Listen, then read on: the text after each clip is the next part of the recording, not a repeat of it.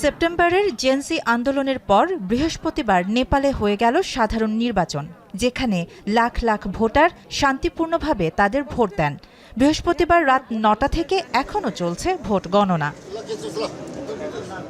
নির্বাচন কমিশন জানায়, এখন পর্যন্ত ভোটে বড় ব্যবধানে এগিয়ে জাতীয় স্বতন্ত্র পার্টির নেতা ৩৫ বছর বয়সী তরুণ র্যাপার ও রাজনীতিবিদ বালেন্দ্র শাহ। তিনি CPN UML chairman KP Sharma ওলির চেয়ে এগিয়ে।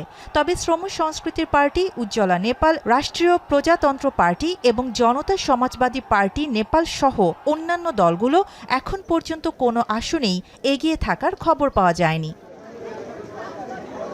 এবারের নির্বাচনে ৫৮%-এরও বেশি ভোট পড়েছে। পাহাড় ও মধেশ অঞ্চলের কয়েকটি জেলায় বিক্ষিপ্ত সংঘর্ষ ও বিবাদ ছাড়া ভোট শান্তিপূর্ণ ছিল।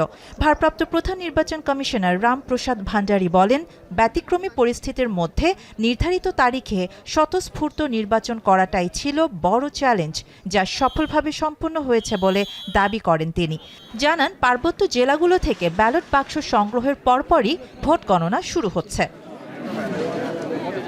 ন্যাশনাল ইলেকশন অবজারভেশন কমিটির চেয়ারম্যান গোপাল কৃষ্ণ সিয়াকোটি বলেছেন, এই নির্বাচন আন্তর্জাতিক মানদণ্ড পূরণ করেছে।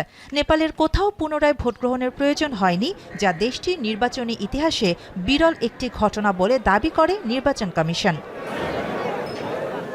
২০০৮ সালের সংবিধান সভা নির্বাচনের পর থেকে এ পর্যন্ত গড় ভোটের হার ৬৯.৪%।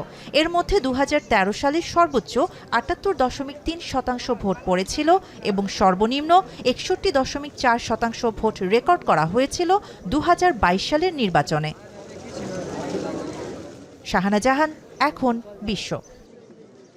কালার এক্সপার্ট এবং ডার্ক জ্যাপ সমৃদ্ধ অরিক্স অ্যাডভান্স ডিটারজেন্ট পাউডার, আপনার লন্ড্রি এক্সপার্ট।